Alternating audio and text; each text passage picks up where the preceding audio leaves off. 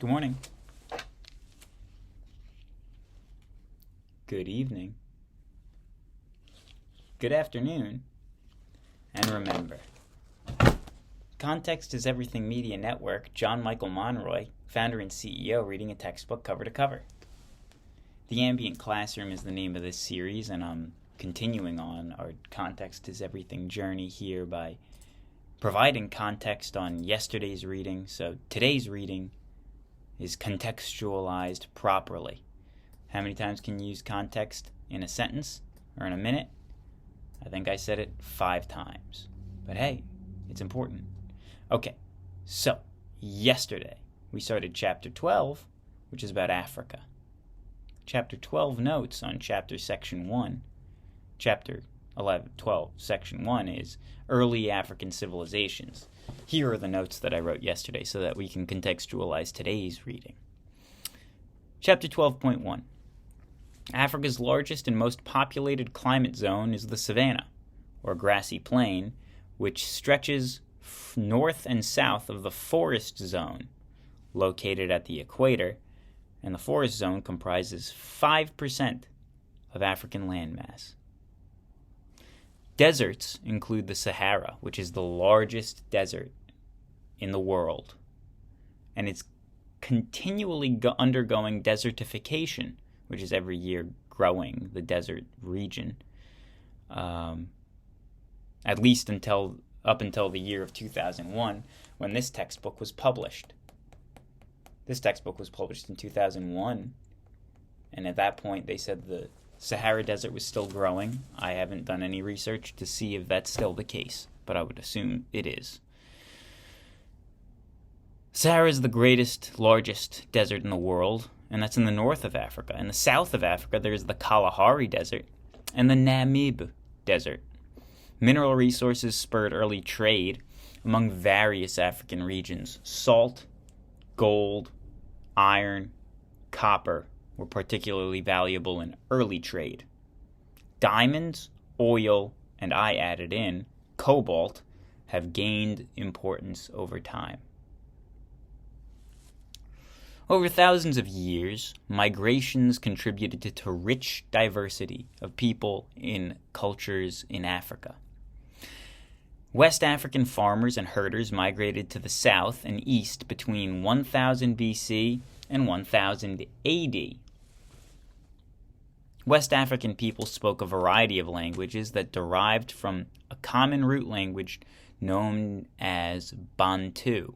Bantu? The ancient kingdom of Nubia, also called Kush, was located in present-day Sudan. Nubia had a long-standing conflict with their neighbor, Egypt. They did take from Egyptian style, but also needed to fight off Egyptian advances on multiple occasions. Around 750 BC, though, the Nubian king, Piankhi, Pianki, conquered Egypt. Egypt's huge. That's pretty impressive. Nubia conquered Egypt in 750 BC, and for a century, Nubian kings ruled Egypt? Wow. But the Nubians could not withstand the iron weapons of invading Assyrians, which would have been around 650 BC. The iron weapons of the Assyrians would have demolished the Nubians. But hey, look at this. The furnaces of Meroe, Meroe, with 2 dots over top it. I'm going to pronounce it Meroe. Might be wrong. That's all right. Nubian capital of Meroe commanded both the north-south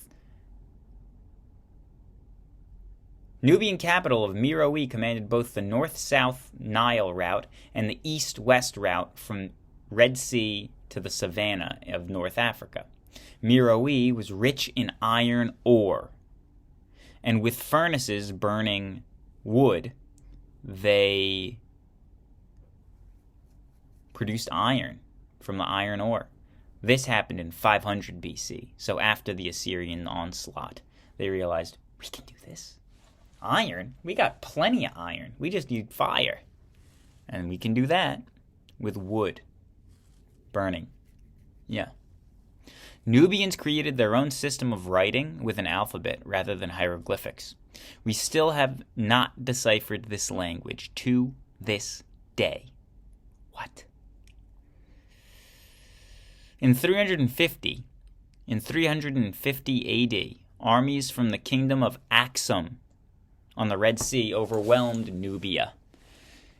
King Ezana of Aksum leveled Nubian cities and took their valuable natural resources. Aksum will be important in later sections. This is why I read the notes, because context is everything, and the notes say, remember Aksum? Well, let me give you some preliminary information, and we'll talk about it more later. That's why I'm reading notes to you. Finally, Carthage was founded by Phoenician traders. Carthage came to dominate trade in western Mediterranean and North Africa. Between 800 BC and 146 BC, Carthage formed an empire that stretched from the Maghreb, present-day Tunisia, Algeria, and Morocco, to Spain and Sicily, with outposts in France and England. Carthage is big, and I'm sure we'll hear more about it. Today, Chapter 12, Section 2. Oh, also, I'm wearing this shirt here, this jacket. Do you notice how it doesn't have an armpit? That's because it's supposed to be evocative of bunting. Bunting is the semicircle flag that you see draped on people's porches around springtime in the United States of America. It is around springtime in the United States of America, and it's also the beginning of the baseball season, which I don't really pay much attention to, but I have a lot of jerseys because I like cheap Chinese knockoff jerseys of players that I watched when I was a child. I'm wearing this because baseball season started and it looks like bunting. God bless America. Okay, Section 2, Chapter 12. Here we are. Ambient Classroom, episode 62. That's right, 62. Kingdoms of West Africa. Setting the scene. In the early 1500s, the scholar Hassan ibn Muhammad, known to the West as Leo Africanus, described the commercial wealth of bustling markets of West African city of Timbuktu. Here are many shops of merchants, and especially such as weave linen and cotton cloth. Let me try that again. Here are many shops of merchants, and especially such as weave linen and cotton cloth. And here do the Barbary, North African merchants, bring the cloth of Europe. All the women of this region, except maid servants, go with their faces covered and sell all the necessary foods. Hassan ibn Muhammad quoted in the ancient African kingdoms. Timbuktu stood at one end of a trade network that reached north to Cairo and then across the Mediterranean Sea to Italy. Between about 800 and 1600, several powerful kingdoms in turn won control of the prosperous Sahara trade. Among the riches of these West African states were Ghana, Mali, Mali, and Songhai, Songhai.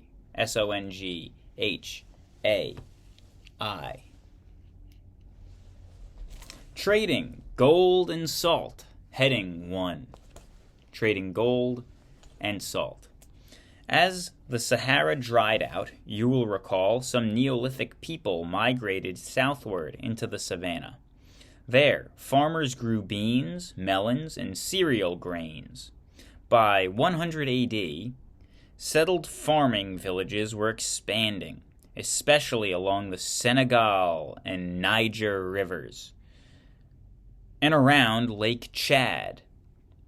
Villagers traded any surplus or excess foods they produced. Gradually, a network linked the savannah to forest lands in the south, and then funneled goods across the Sahara to civilizations along the Mediterranean and the Middle East. Two products, gold and salt, dominated the Sahara trade. Gold was plentiful in present-day Ghana, Nigeria, and Senegal. Men dug the gold, bearing soil from pits. Women then washed the soil and extracted the gold dust. The precious metal was stuffed into hollow feather quills and for safe travel to markets of North Africa and Europe. In return, West Africans received an equally important commodity or valuable product, which is salt. People need salt in their diet to prevent dehydration, especially in hot tropical areas. The savannah had an abundance of salt. At Taghaza, Taghaza, in the central Sahara, people even built homes of salt blocks. But in the savannah, several hundred miles south, salt was scarce. A block of salt was easily worth its weight in gold. As farming and trade prospered, cities developed in the north edges of the savannah. Strong monarchs gained control of the most profitable trade routes and built powerful kingdoms. New heading: Gold Wealth of Ghana. By 800 AD, the rulers of the Songhai people, Soninke people, had united many farming villages to create the Kingdom of Ghana. Ghana was located in the broad V made by the Niger and Senegal rivers. From there, the king controlled gold-salt trade routes across Africa. The two streams of trade met in the marketplaces of Ghana, where the king collected tolls on all goods entering and leaving his land. So great was the flow of gold that Arab writers called Ghana Land of Gold. Ghana, Land of Gold.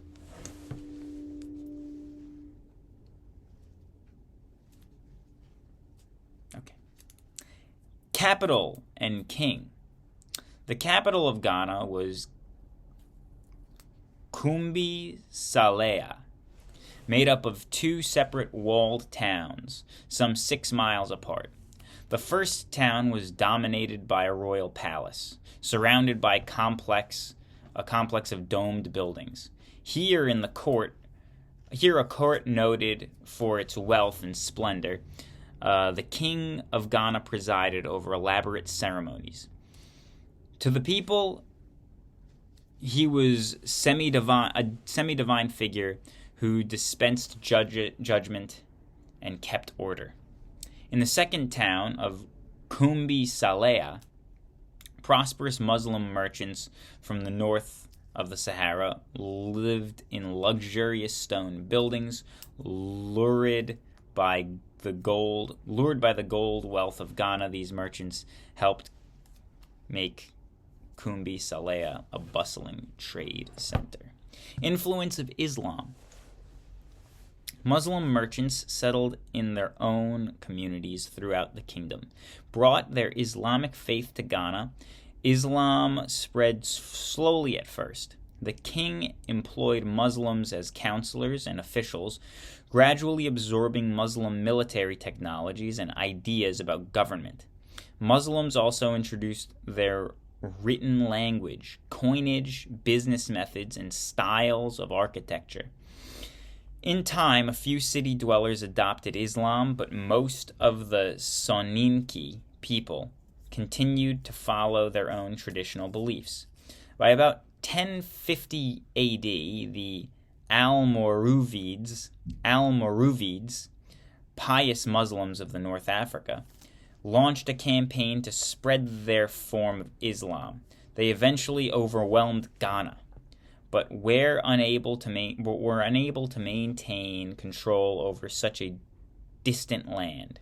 In time, Ghana was swallowed up by a rising new power of West Africa called African kingdom called Mali, M-A-I-L-I. The Kingdom of Mali. The Kingdom of Mali. Amid the turmoil of Ghana's collapse, the Mandinka people of the upper Niger suffered a bitter defeat by the rival leaders. Their king and all but one of his sons were executed. According to tradition, the survivor was Sundiata. By 1235, he had crushed his enemies, won control of gold trade routes, and founded an empire of Mali. Mali is an Arab version of the Mandinka word meaning where the king dwells. The Mansas, or kings, expanded their influence over both gold mining regions and south to the salt supplies of Taghaza. Where caravan routes crossed, towns like Timbuktu mushroomed into great trading cities.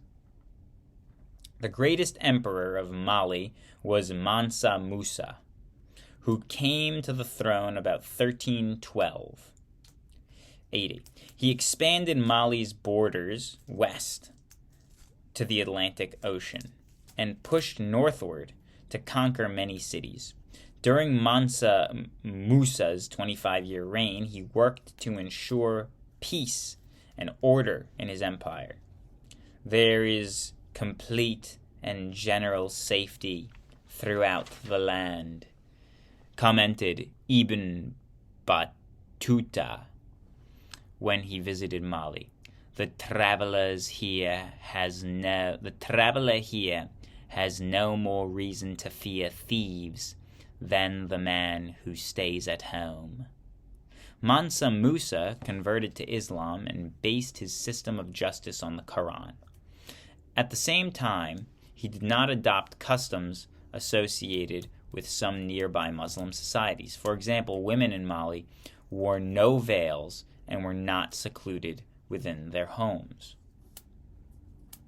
In 1324, Mansa Musa fulfilled one of the 5 pillars of Islam by making the Hajj, which, if you'll recall, is the once-in-a-lifetime pilgrimage that able-bodied Muslims are expected to make to Mecca. I believe only male Muslims are expected to make it, but I could be wrong about that. I'm guessing, based off of the reading that I did last time, and I don't remember actually a mention of gender, but in the pictures that I've seen, I only see men. I've only seen like 2 pictures in my life of the Hajj. I could definitely be wrong, and that's okay.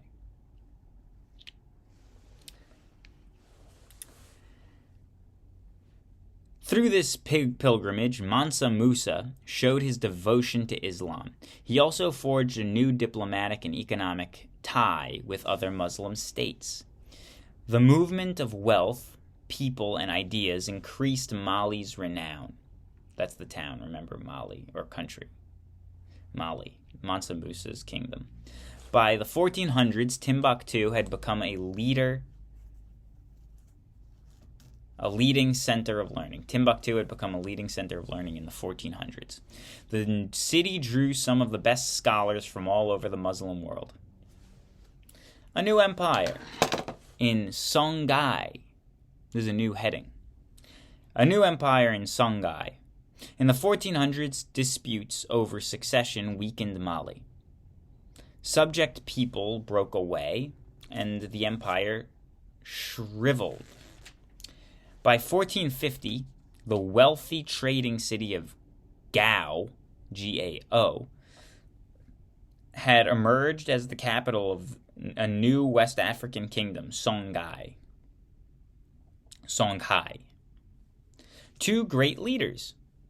Songhai grew up on the bend of the Niger River in the present-day Niger and Burkina Faso. Between 1464 and 1492, the soldier king Soni Ali used his powerful army to forge the largest state that had ever existed in West Africa, Songhai Ali brought trade routes and wealthy cities like Timbuktu under his control. Songhai Ali brought trade routes and wealthy cities like Timbuktu under his control. Unlike the rulers of Mali, he did not adopt the practices of Islam. Instead, he followed traditional religious beliefs. Soon after Songhai Ali's death, though, the Emperor Askia Muhammad set up a Muslim dynasty. He further expanded the territory of Songhai and improved the government.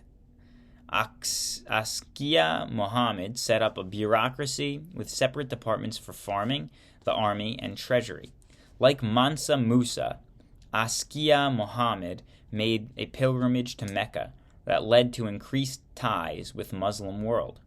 Scholars and poets from Muslim lands flocked to the court of Gao. In towns and cities across Songhai, Asika and Muhammad built mosques and opened schools for the study of the Quran.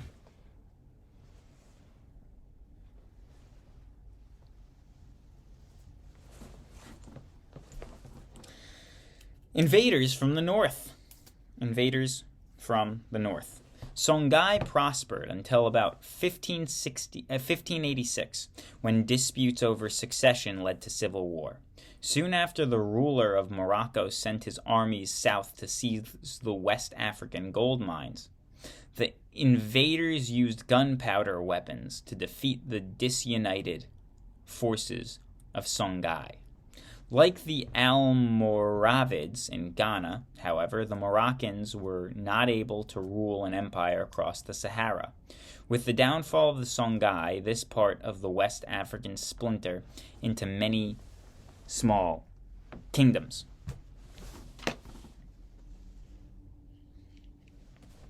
Other kingdoms of West Africa. Heading. In this period of 500 to 1500, other kingdoms flourished in various parts of West Africa.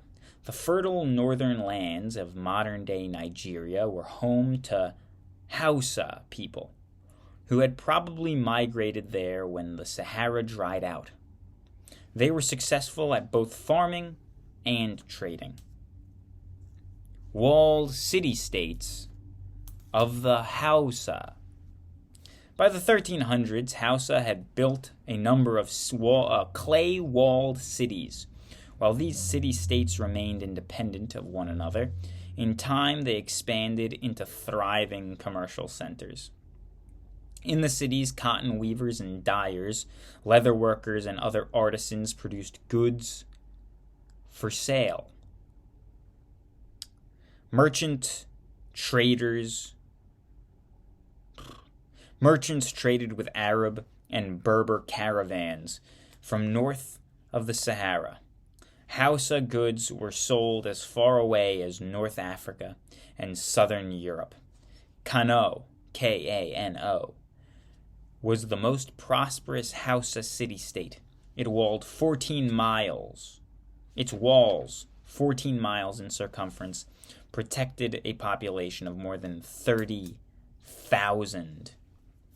Kano's greatest king, Muhammad Rumfa, Rumfa, was a Muslim, as were many merchants and officials. The Hausa developed a written language based on Arabic. Many Hausa rulers were women, such as Amina of the city-state of Zaria. Amina of Zaria. That could be the name of a movie, by the way. Amina of Zaria. In the 1500s, she conquered Kano and expanded the boundary of Zaria as far as the Niger River. Under Amina, the Hausa came to dominate many Saharan trade routes. Forest Kingdom of Benin. The Forest Kingdom of Benin. South of the savannah, Benin rose in the rainforests of the Guinea coast. The forest's the forest people carved out farming villages and traded pepper, ivory, and later slaves to the neighboring cities in the savannah. The rulers of Benin organized their kingdom in the 1300s, probably building on the achievements of earlier forest cultures. An Oba, or king, was both a political and religious leader. Still, much power was spread among other figures, including a queen mother and a council of hereditary chiefs. A 3-mile-long wall surrounded the capital, Benin City. Its broad avenues were dotted with tiny homes and a great palace. The palace, in particular, was decorated with elaborate brass plaques and sculptures. According to tradition, artisans from Ife, an earlier forest society, had taught the people of Benin how to cast bronze and brass.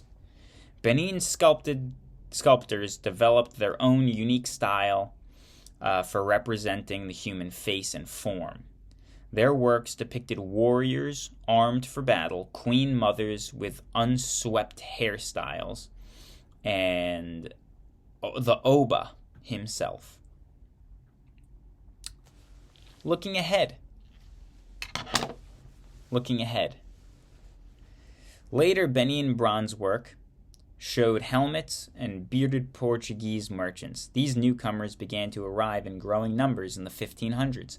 At first, Benin benefited from new trade with European countries. However, increased contacts with Europe opened the door to the booming slave trade that would have far-reaching consequences for all of West Africa.